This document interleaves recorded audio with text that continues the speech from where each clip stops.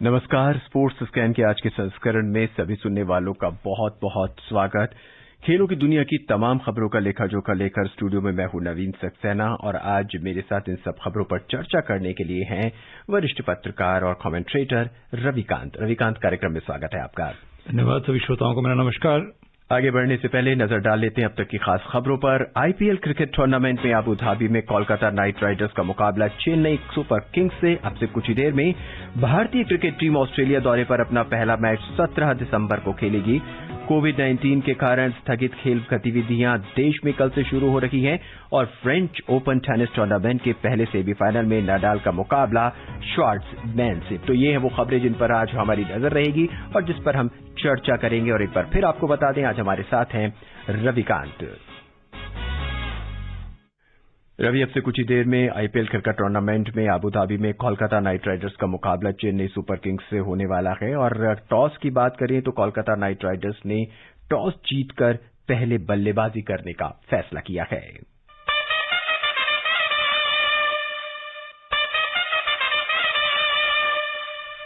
तो सीधे हम अपने सुनने वालों को लिए चलते हैं अबू धाबी, और अबू धाबी की पिच आज क्या रंग दिखाएगी?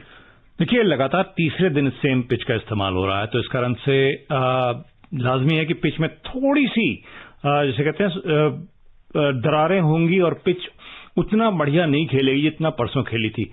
चेन्नई सुपर किंग्स परसों खेल चुके हैं, बहुत ही बेहतरीन ढंग से जीता था, 10 विकेट से वो मैच जीता था, लेकिन आज की पिच उस पिच से बहुत फर्क होगी। इस कारण से बहुत ज्यादा संभल कर खेलना पड़ेगा चेन्नई को। कोलकाता का आईपीएल में चेन्नई से यह पहली बार मुकाबला होने वाला है और अगर देखा जाए तो दोनों ही टीमों के कप्तान एक अच्छे विकेट कीपर हैं। क्या रणनीति रहेगी? देखिए, सबसे ज्यादा निर्भर होगा विकेट कीपर से गेंदबाजों पर, और खास तौर पे जो स्पिन गेंदबाज है। और आज चेन्नई ने एक परिवर्तन किया है। पीयूष चावला पिछले दिनों से कुछ बढ़िया फॉर्म नहीं दिखा पा रहे थे, इस कारण से उनकी जगह करण नायर को लाया गया है और करण आने से थोड़ा सा स्पिन में पैनापन और थोड़ी हिटिंग भी अच्छी खासी कर लेते हैं। तो इस कारण से ये फर्क देखना है कि कितना जरूरत पड़ती है, लेकिन स्लो बॉलर्स इसमें ज्यादा हावी रहेंगे। हालांकि मैच का पूर्वावलोकन करने में हमें जल्दबाजी नहीं करनी चाहिए क्योंकि अब से कुछ ही देर में मैच शुरू होने वाला होगा। लेकिन फिर भी अगर स्कोर की बात की जाए तो यहाँ पे कोलकाता नाइट राइडर्स कितना स्कोर बना पाएगी? देखिए, 175 से कम तो कोई भी टीम नहीं चाहती है पहले बल्लेबाजी करते हुए, लेकिन यहाँ पे मैं समझता हूं चूंकि तीसरी बार इस्तेमाल हो रहा है लगातार तीसरे दिन, तो 160 का स्कोर अपना लक्ष्य बना के चलेगी कोलकाता। अगर 160 का स्कोर भी बनता है तो ये एक अच्छा लक्ष्य होगा चेन्नई सुपर किंग्स के लिए। डिफेंडेबल है कोलकाता के लिए? बिल्कुल डिफेंड कर सकते हैं क्योंकि उनके पास अच्छी खासी गेंदबाजी है और इस कारण से कोई आसान नहीं होगा चेन्नई के लिए 160 चेज करना। 160 चेज करना जो है चेन्नई के लिए आसान नहीं होगा। बात करते हैं अगर वॉटसन की और डुप्लेसिस की, अगर वो ओपनिंग अगर पारी अच्छी दे जाते तो शायद से कोई भी स्कोर करना उनके लिए मुश्किल नहीं होगा। अगर शेन वॉटसन और फाफ डुप्लेसी कर जाते हैं स्टार्ट तो फिर 200 भी आप डिफेंड नहीं कर पाएंगे। वो इस तरह के बल्लेबाज हैं। चेन्नई की अगर लाइनअप पे हम नजर डालें तो वॉटसन है, फाफ डुप्लेसिस है, रायडू है, जादव है और एमएस धोनी, यानी कुल मिला के शुरू के 5 प्लेयर जो हैं, अगर इन पर नजर रहेगी कोलकाता नाइट राइडर्स की तो शायद इतने बड़े स्कोर को नहीं चेस कर पाएगी चेन्नई। देखिए, अगर जल्दी जल्दी विकेट निकाल लिया, और क्रिकेट का खेल ऐसा है चाहे वो टेस्ट क्रिकेट हो या T20 जी, अगर आप विकेट निकालते चलेंगे तो अगली टीम का स्कोर कम होगा और वही देखना पड़ेगा कि शुरुआती झटके कौन सी टीम के गेंदबाज दे पाते हैं। आज चहर क्या रंग दिखाएंगे?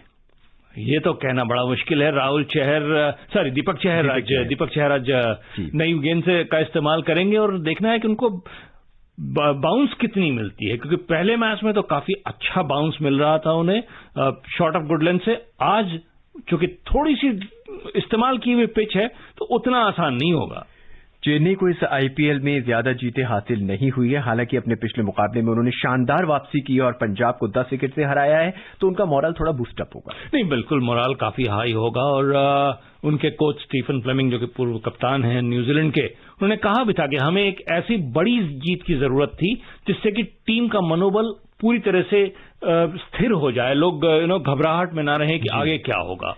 कोलकाता की टीम 4 मैचों में 2 जीत और 2 हार के साथ 4 अंक लेकर तालिका में चौथे स्थान पर है, जबकि चेन्नई सुपर किंग्स की टीम भी 5 मैचों में 2 जीत और 3 हार के साथ 4 अंक है और वो नेट रन रेट के आधार पर छठे स्थान पर है। चेन्नई में अबुधाबी में टूर्नामेंट के उद्घाटन मैच में मुंबई इंडियंस को हराया था, लेकिन फिर उसे शारजाह में राजस्थान रॉयल्स से, दुबई में दिल्ली कैपिटल से और फिर दुबई में ही सनराइजर्स हैदराबाद से हार का भी सामना करना पड़ा था।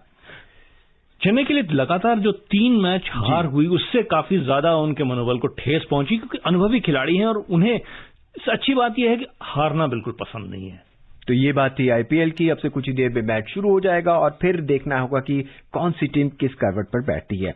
आइए अब आपको सीधा ऑस्ट्रेलिया लिए चलते। भारतीय क्रिकेट टीम ऑस्ट्रेलिया दौरे पर 4 टेस्ट मैचों की श्रृंखला का पहला टेस्ट मैच एडिलेड में 17 दिसंबर से खेलेगी और ये क्रिकेट प्रेमियों के लिए बहुत अच्छी बात है, क्योंकि जो इस तरह से कोविड के कारण बहुत सी खेल गतिविधियां रुकी हुई थी, खासकर अंतर्राष्ट्रीय खेल गतिविधियां, अब वो धीरे धीरे शुरू होने लगी हैं। और अगर आधिकारिक मैच की बात करें तो अब ऑस्ट्रेलिया के साथ भारत की श्रृंखला जो है शुरू होने वाली है। जी हाँ, बहुत बहुत अच्छी खबर है कि इसके आइटिनरी पर भी काफी सवाल उठ रहे थे कि क्या ऑस्ट्रेलिया कहां होस्ट करेगी, क्योंकि इंग्लैंड में हमने देखा है कि सिर्फ 2 ही मैदान पे मैच खेले जा रहे हैं, साउथहैम्पटन और मैनचेस्टर। लेकिन ऑस्ट्रेलिया ने ऐसा बिल्कुल नहीं किया है, मैचेस को डिस्ट्रीब्यूट किया है अपने ट्रेडिशनल वेन्यूज पर। तो इससे लग रहा है कि उन्हें काफी विश्वास है कि वो अच्छी तरह से आयोजन कर पाएंगे अंतर्राष्ट्रीय क्रिकेट का। इस श्रृंखला का पहला मैच गुलाबी गेंद से खेला जाएगा। ये दर्शकों के लिए एक, हालांकि पहला भी एक मैच हम बांग्लादेश के साथ गुलाबी गेंद से खेल चुके हैं, लेकिन इसका कुछ आकर्षण और इसमें मनोरंजन ज्यादा रहेगा। जी, और खासतौर पर जबकि टेस्ट क्रिकेट जब डे नाइट होता है तो बल्लेबाजी करने में और गेंदबाजी करने में सब में हालात में काफी फर्क आ जाता है और इसी कारण से एक ही दिन में आप अलग अलग सत्र में अलग अलग तरह के पिच का बर्ताव देखते हैं और इस कारण मैच और ज्यादा रोचक होने लगता है। रविकांत जी, ऑस्ट्रेलियाई दौरे पर होगी भारतीय टीम, उसमें टीम में क्या बदलाव आप देख पाएंगे? देखिए, फिलहाल जो करंट फॉर्म है उस पर कोई बहुत ज्यादा चेंजेस की गुंजाइश है नहीं। भुवनेश्वर कुमार को चोट लग गई है तो जाहिर है कि उनके ऊपर एक सवालिया निशान लग गया है और उनकी जगह पे कौन सा खिलाड़ी चुना जाएगा ये देखने वाली बात होगी। उमेश यादव या ईशांत शर्मा को टीम में शामिल किया जा सकता, 11 में जगह मिल जाएगी, लेकिन बुमराह और शमी की जगह मैं समझता हूं लगभग सुरक्षित है फास्ट बॉलिंग डिपार्टमेंट में। बैटिंग में कोई खास ज्यादा गुंजाइश फिलहाल दिख नहीं रही है। हाँ, शिखर धवन जो कि ठीक ठाक फॉर्म में है, कोई बहुत अच्छे फॉर्म में नहीं है, लेकिन मैं नहीं समझता हूं कि फिलहाल उन्हें ड्रॉप करने के बारे में सोचा जाएगा। हाँ, मयंक अग्रवाल को जरूर मौका मिल सकता है दूसरे ओपनर के रूप में। टेस्ट मैच, T20 और वनडे 3 श्रृंखलाएं लोगों ने खेलनी है भारतीय क्रिकेट टीम ने। क्या तीनों में टीम बिल्कुल अलग अलग रहेगी? चेंजेस तो काफी होंगे, इसमें कोई दो राय नहीं है कि जो टेस्ट मैच के लिए प्लेयर्स जाएंगे, चेतेश्वर पुजारा, अजिंक्य रहाणे, जो कि डेफिनेटली 11 में शामिल किए जाएंगे, लेकिन उनके लिए आपको 50 ओवर या 20 ओवर के क्रिकेट में जगह बनती दिख नहीं रही है, क्योंकि और ज्यादा युवा खिलाड़ी अपनी दावेदारी पेश कर रहे हैं। ऑस्ट्रेलिया पिच जो है तेज तर्रार बॉलिंग के लिए मानी जाती है, तो हमें उम्मीद है कि उसमें 2 कम से कम ऐसे गेंदबाज होंगे जो कि जिनका आपने अभी अभी अपने नाम लिया कि उनको ले जाया जा सकता है, ईशांत शर्मा और नहीं, ईशांत शर्मा और उमेश यादव ये 14 में तो जरूर होंगे टीम में। 11 में जगह मिल पाती है किसको, ये देखने वाली बात होगी। 17 दिसंबर से पहला टेस्ट मैच शुरू होगा। इसके बाद बॉक्सिंग डे टेस्ट 26 दिसंबर से मेलबर्न क्रिकेट ग्राउंड में होगा। तीसरा टेस्ट मैच सिडनी में 7 जनवरी से शुरू होगा, जबकि अंतिम टेस्ट मैच ब्रिस्बेन में 15 जनवरी से खेला जाएगा। भारत टेस्ट मैच से पहले 3 मैचों की 1 दिवसीय श्रृंखला और 2020 श्रृंखला भी खेलेगा। 1 दिवसीय मैच 26, 28 और 30 नवंबर को ब्रिस्बेन में, जबकि 2020 मुकाबले एडिलेड ओवल में 4, 6 और 8 दिसंबर को खेले जाएंगे। तो ये तो बात हुई भारतीय दौरे की, जो ऑस्ट्रेलिया का होगा, दिसंबर में शुरू होगा। गुलाबी गेंद से पहला मैच खेला जाएगा। उम्मीद रहेगी कि भारत जो है इस श्रृंखला को जीते। अगली खबर, ब्रिस्बेन में ऑस्ट्रेलिया की महिला क्रिकेट टीम ने न्यूजीलैंड को 232 रन से हराकर 1 दिवसीय अंतर्राष्ट्रीय क्रिकेट में लगातार 21वीं जीत दर्ज की। इस जीत के साथ ऑस्ट्रेलिया की महिला क्रिकेट टीम ने रिकी पॉन्टिंग की कप्तानी वाली ऑस्ट्रेलिया की पुरुष टीम को 2003 के रिकॉर्ड की बराबरी कर ली है। ऑस्ट्रेलिया ने न्यूजीलैंड के खिलाफ तीसरे 1 दिवसीय मैच में 5 विकेट पर 325 रन बनाए। जवाब में न्यूजीलैंड की टीम 93 रन पर ढेर हो गई। ऑस्ट्रेलिया ने इस श्रृंखला में 3-0 से न्यूजीलैंड पर जीत दर्ज की है। और अब बात देश में खेल की गतिविधियों की। कोविड-19 के कारण पूरे देश में मार्च से खेल गतिविधियां बिल्कुल बंद हो गई थी, लेकिन कल से आई लीग फुटबॉल मुकाबले शुरू हो रहे हैं। सुनते हैं एक रिपोर्ट। देश में football I league qualifier tournament कल से शुरू हो रहे हैं। मोहम्मडन स्पोर्टिंग क्लब कल कोलकाता में दर्शकों की अनुपस्थिति में शुरू होने वाले क्वालिफाइंग फुटबॉल टूर्नामेंट में अपने अभियान की शुरुआत करेगा। सॉल्ट लेक स्टेडियम में भवानीपुर एफसी टूर्नामेंट के शुरुआती मुकाबले में कल एफसी बेंगलुरु यूनाइटेड के साथ खेलेगा। इसके बाद कल्याणी स्टेडियम में मोहम्मडन स्पोर्टिंग और दिल्ली के गढ़वाल एफसी के बीच मुकाबला होगा। टूर्नामेंट की विजेता टीम आई लीग के लिए क्वालिफाई करेगी, जिसके दिसंबर में शुरू होने की संभावना है। देश में अंतिम फुटबॉल मैच 14 मार्च को गोवा में इंडियन सुपर लीग के फाइनल में खेला गया था, जो कि दर्शकों की अनुपस्थिति में आयोजित हुआ था।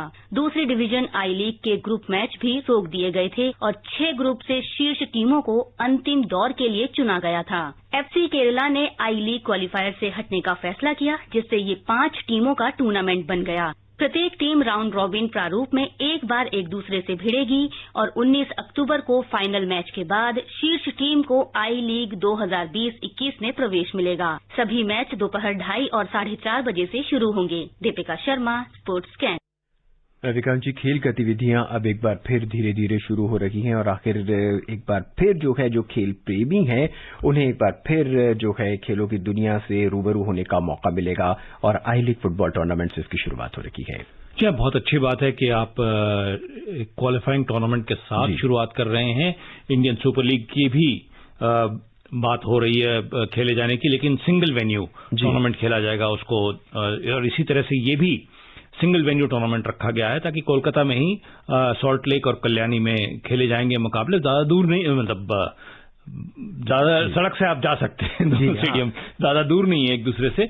लेकिन अच्छी बात यह है कि अब जो पहले एक भय था खिलाड़ियों का आपस में मैदान पे भिड़ने पे, अब वो भय खत्म हो गया है। दर्शक नहीं आएंगे बेशक, लेकिन मैचेस खेले जाएंगे और इसमें कोई रुकावट नहीं होगी। अब देखना यह है कि उत्साह कितना बन पाता है उनके क्लब के सपोर्टर्स में। खिलाड़ियों का मनोबल भी कुछ काफी बढ़ेगा, क्योंकि वो भी काफी दिन से एकदम खाली बैठे हुए थे, किसी तरह की कोई गतिविधि नहीं हो रही थी, ना ही कि किसी तरह की वो प्रैक्टिस भी कर पा रहे थे।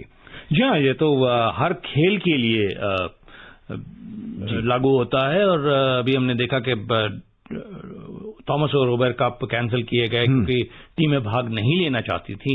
अभी साइना नेहवाल और उनके पति परुपल्ली कश्यप ने भी फैसला किया कि डेनिश ओपन नहीं खेलेंगे। तो इस तरह के फैसले लिए जा रहे हैं क्योंकि खिलाड़ी अपने आप को पूरी तरह से तैयार भी नहीं समझ पा रहे हैं कि बिना कैंप के, बिना ट्रेनिंग किए हुए पूरी तरह से वो एक इंटरनेशनल इवेंट में खेलने उतरे। तो ये दिखा रहा है कि अभी भी खिलाड़ियों में एक हिचकिचाहट है मैदान में उतरने में, और उम्मीद यही है कि आई लीग से लोगों का उत्साह और बढ़ेगा। ओलंपिक के ग्राउंड के बाद अब आपको लिए चलते हैं हम बॉक्सिंग के एरिना में। ओलंपिक के लिए क्वालिफाई कर चुके सभी भारतीय मुक्केबाज टोक्यो खेलों की तैयारियों के लिए इटली और फ्रांस के दौरे पर जाएंगे। भारतीय मुक्केबाज 52 दिन के ट्रेनिंग कम टूर्नामेंट दौरे के लिए अगले सप्ताह यूरोप रवाना होंगे। यूरोप का ये दौरा 15 अक्टूबर से शुरू होगा। इस दल में 6 बार की विश्व चैंपियन एमसी मेरी कॉम और 2 अन्य खिलाड़ी नहीं जाएंगे। मेरी कॉम इस समय डेंगू से उबर रही हैं और उन्होंने कोविड-19 महामारी के चलते इस साल विदेश की यात्रा से इनकार कर दिया है। इस दल में 10 पुरुष और 6 महिला मुक्केबाजों सहित कुल 28 सदस्य हैं। ओलंपिक के लिए क्वालिफाई करने वाले 9 मुक्केबाजों में से 6 इस दौरे पर जाएंगे। इनके नाम हैं अमित पंघाल, आशीष कुमार, सतीश कुमार, सिमरनजीत कौर, लवलीना बोरगोहेन और पूजा रानी। विकास कृष्ण अमेरिका में ट्रेनिंग कर रहे हैं और मनीष कौशिक चोट से उबर रहे हैं। मेरी कॉम के साथ ये दोनों भी इस दौरे पर नहीं जाएंगे। टीम 15 अक्टूबर से 5 दिसंबर तक 52 दिन के लिए इटली के आसीसी में ट्रेनिंग करेगी। दल में से 13 मुक्केबाज फ्रांस के नांतेस में 28 से 30 अक्टूबर तक होने वाले एलेक्सिस बॉस्टन अंतर्राष्ट्रीय टूर्नामेंट में भाग लेंगे। भारतीय खेल प्राधिकरण ने बयान में कहा है कि भारत ने अभी तक जिन 4 वर्गों में कोटा हासिल नहीं किया है, उन सभी 4 वर्गों के मुक्केबाज भी यात्रा करने वाले दल का हिस्सा होंगे। भारतीय मुक्केबाजों के लिए टोक्यो ओलंपिक के लिए कोटा हासिल करने के लिए अंतिम टूर्नामेंट अगले साल विश्व ओलंपिक क्वालिफाइंग प्रतियोगिता होगी। Alka Singh, sports scan. विकांत जी, भारतीय मुक्केबाजों के लिए खुशखबरी है क्योंकि टोक्यो के ओलंपिक उनकी खेलों की तैयारियां लगभग शुरू हो चुकी है और हमारे जो मुक्केबाज हैं वो ट्रेनिंग के लिए यूरोप के दौरे पर हैं। जी हाँ, बहुत अच्छी बात है कि खिलाड़ियों को ट्रेनिंग पर इतना ज्यादा ध्यान दिया जा रहा है कि आपको यूरोपियन और जो लोअर वेट कैटेगरीज हैं उसमें यूरोप के मुक्केबाज काफी ज्यादा सक्षम हैं। इस कारण से अच्छी ट्रेनिंग होगी। इटली और फ्रांस में टूर्नामेंट्स में भी पार्टिसिपेट करेंगे और उसके बाद जो वर्ल्ड क्वालिफायर्स होंगे उसमें भाग लेना पड़ेगा। लेकिन अच्छी बात यह है कि जो प्रोस्पेक्ट्स हैं वो काफी मजबूत हैं और पूरी तैयारी के साथ टीम दौरा कर रही है। हालांकि कहना अभी ये जल्दबाजी होगी, लेकिन अमित पंघाल और लवलीना बोरगोहेन से हमें बहुत उम्मीदें हैं। नहीं, देखिए अभी तो ओलंपिक्स के ऊपर कुछ भी टिप्पणी करना गलत होगा, क्योंकि पहले ये देखना पड़ेगा ओलंपिक्स आयोजित होते भी हैं या नहीं, क्योंकि परिस्थितियां हर दिन बदलती रहती हैं। लेकिन अमित पंघाल से काफी ज्यादा उम्मीदें हैं। वर्ल्ड चैंपियनशिप में भी उन्होंने बढ़िया प्रदर्शन किया था और दुर्भाग्यवश वर्ल्ड चैंपियनशिप को क्वालिफाइंग ट्रीट नहीं किया गया इंटरनेशनल ओलंपिक समिति द्वारा। लेकिन जिस तरह का प्रदर्शन वर्ल्ड चैंपियनशिप में भारतीय मुक्केबाजों का रहा है, इससे काफी ज्यादा उम्मीदें बन रही हैं कि ओलंपिक्स में हम मुक्केबाजी के रिंग से खाली हाथ बिल्कुल नहीं आएंगे। 52 दिन के जो टूर्नामेंट है, इससे खिलाड़ियों को कितना फायदा होगा? देखिए 52 दिन का एक ट्रेनिंग टूर है जिससे कि आप विदेश में जाकर अभ्यास करते हैं और इससे आपको एक अपने घर से दूर रहकर एक अलग माहौल में अभ्यास करने का मौका मिलता है और जहां पे डिस्ट्रैक्शंस हम किसे कहते हैं बिल्कुल ना के बराबर होती हैं। तो इसका असर काफी ज्यादा पड़ता है ट्रेनिंग के ऊपर और देखना है कि खिलाड़ी इसका कितना फायदा उठा पाते हैं। और अब एरिना से, मुक्केबाज की एरिना से हम आपको लिए चलते हैं सीधा रोलांड गैरोस यानी French open tennis tournament. Spain की राफेल नडाल और अर्जेंटीना के Schwartzman French open tennis tournament के सेमीफाइनल में पहुंच गए हैं। ये दोनों खिलाड़ी सेमीफाइनल में आमने सामने होंगे। क्वार्टर फाइनल में नडाल ने इटली के जानिक सिनर को 7-6, 6-4, 6-1 से पराजित किया और वहीं श्वार्ट्जमैन ने बहुत बड़ा उलटफेर किया और उन्होंने थीम को लगातार 5 सेटों में कड़ा मुकाबला चला, 7-6, 5-7, 6-7, 7-6, 6-2 से हराई। ये एक बहुत बड़ा उलटफेर है रवि जी। यह बहुत बड़ी कामयाबी है ये श्वार्ट्जमैन के लिए। लेकिन अगला मुकाबला उनका राफेल नडाल से है, जिन्होंने अब तक फ्रेंच ओपन में एक भी सेट नहीं गंवाया इस साल। तो ये दिखा रहा है कि नडाल भले ही वेटरन हैं जी, उम्र उनकी कोई बहुत कम नहीं है, लेकिन फिर भी बहुत अच्छे फॉर्म में है और किस तरह की तैयारी करके आए हैं ये साफ दिख रहा है। और क्ले कोर्ट में उनकी तैयारियों का जायजा इसी बात से लिया जा सकता है कि वो 12 बार जो है वो सेमीफाइनल में पहुंचे। जी, और बिल्कुल सही फैसला किया कि यूएस ओपन में नहीं खेलने गए, क्योंकि उनके घुटने में कहीं ना कहीं अभी भी कहते हैं 100% नहीं है।